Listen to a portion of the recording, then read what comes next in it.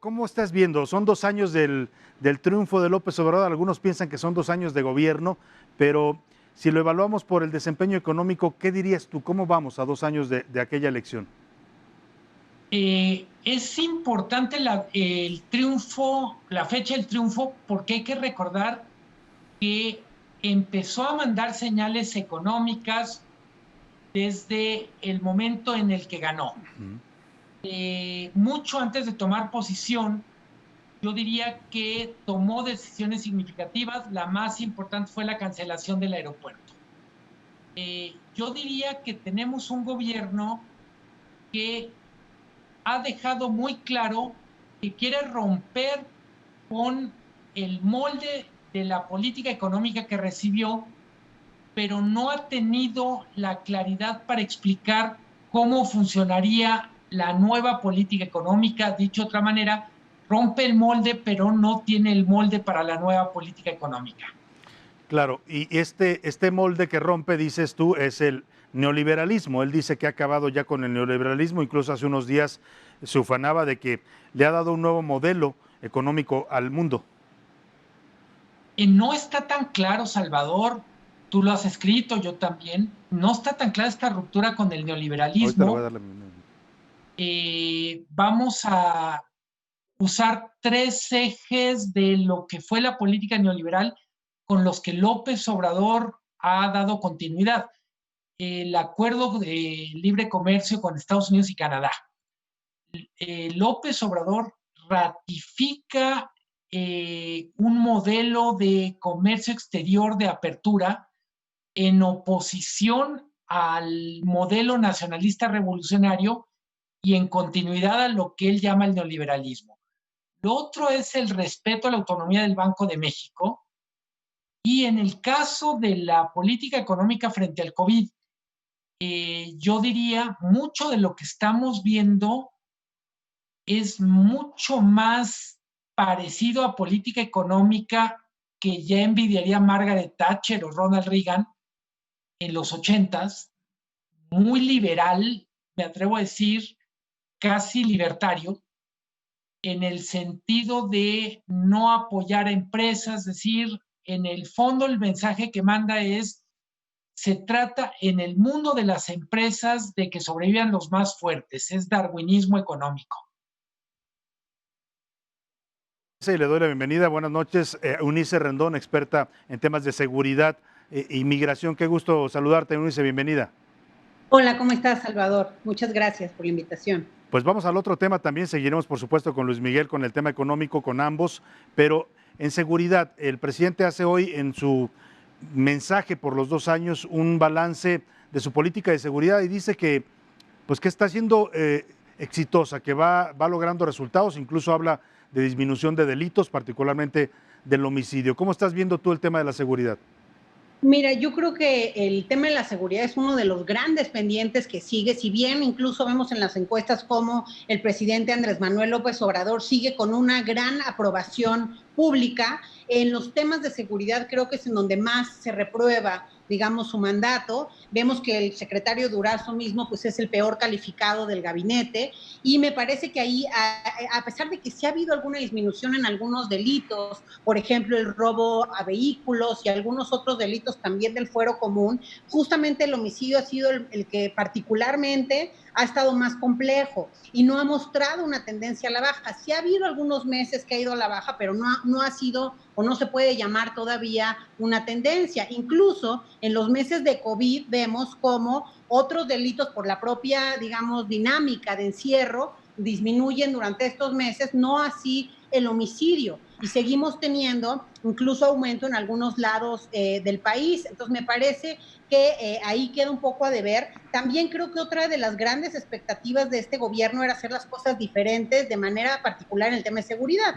Y él habló mucho de ir a las causas que generan, o habla incluso en el discurso todavía, de ir a las causas que generan los fenómenos de violencia y de delitos. Sin embargo, como lo hemos platicado, no queda clara esta política de prevención. Es decir, ¿qué es lo que sí tenemos? Tenemos ya una Guardia Nacional, que eso es lo que identificamos plenamente con su gobierno. Hay un despliegue de más de 90,000 miembros de la Guardia Nacional en distintos lados del país, pero no queda claro cuál es la estrategia, además del despliegue, cuál es la parte de inteligencia, cómo ellos colaboran con los estados. Es decir, la idea era que pudieran colaborar de una forma diferenciada en cada estado según las capacidades locales. Por eso el séptimo transitorio marcaba tener un diagnóstico de cada uno de esos estados y no queda claro cómo ese diagnóstico ha operado ya en la práctica. Y a mi gusto la Guardia Nacional está más en temas, por ejemplo, migratorios, que nos ha quedado muy claro que ahí sí hay una intervención, en algunos temas de acompañamiento a las actividades, por ejemplo,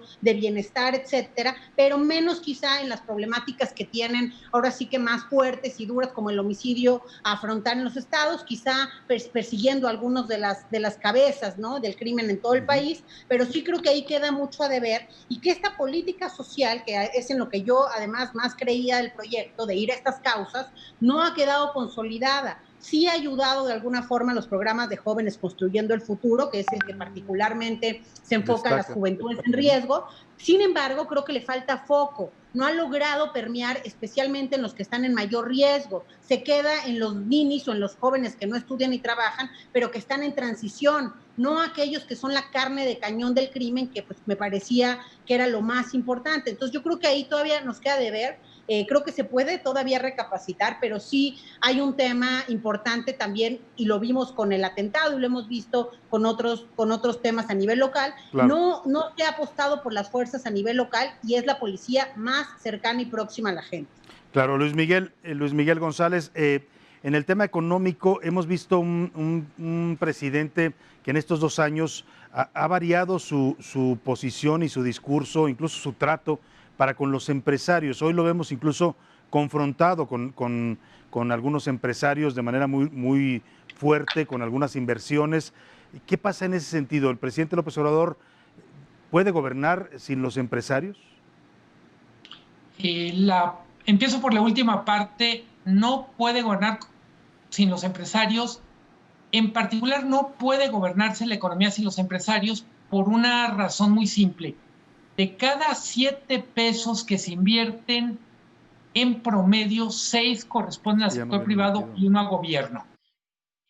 Gobernar sin empresarios implicaría tener una estrategia para sustituir esa inversión que el sector privado, vamos a decir, históricamente ha proporcionado. En justicia hay que decir que una parte de las broncas entre gobierno y empresarios le dan la razón a López Obrador. Yo diría en particular lo que tiene que ver con la presión para que grandes corporativos paguen mejor sus impuestos. La tradición en México es que muchas grandes empresas tienen una planeación fiscal tan agresiva que es indistinguible de la evasión. Yo creo que en esa parte López Obrador tiene razón, a diferencia de Calderón, que lo intentó, que nunca pudo amarrar bien el caso, cuando decían las empresas mexicanas no pagan. López Obrador ha llegado un paso más allá y ha logrado que grandes empresas paguen impuestos. Claro. Donde creo que ha cometido errores es en no entender que parte de la tarea del gobierno mexicano en la promoción de inversión implica darle estabilidad a las reglas del juego, dejar que las empresas ganen dinero. Yo insisto, hay una confusión por momentos donde por supuesto que no es ético no pagar los impuestos que se deben, pero también se pretende satanizar que una empresa gane dinero. Una empresa nace y existe porque puede ganar dinero.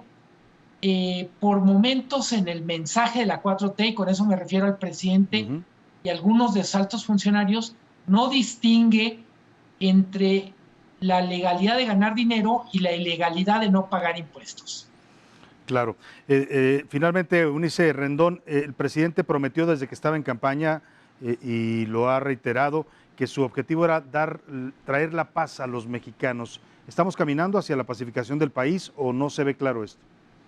Creo que no se ve claro aún ese camino, como te digo, creo que hay grandes pendientes, tiene que consolidar esta estrategia. Bueno, ahora ya también tenemos lo que recientemente se publicó con el decreto de una clara militarización. Entonces, a mí me preocupa la parte más próxima, la cercanía a la gente, la seguridad pública, por un lado, y eso por un lado. Y creo que lo positivo, lo que sí ha hecho y en donde sí creo que hay un avance importante que no habíamos visto en ningún otro sexenio, es el trabajo de la unidad de inteligencia financiera. Ahí se han congelado cuentas importantes del cártel de Santa Rosa de Lima, el cártel Jalisco Nueva Generación, el propio cártel de Sinaloa. Y creo que también pegarle por esta parte económica sí es novedoso y es importante. Entonces creo que el gran pendiente es consolidar realmente una política de prevención como la que prometió, pero que vaya focalizada a los que están en mayor riesgo de incurrir en temas de violencia. Por el otro lado, el tema de las policías locales, ¿no? Versus la federación, cómo hacer ahora sí que una colaboración mucho más pertinente y focalizada y puntual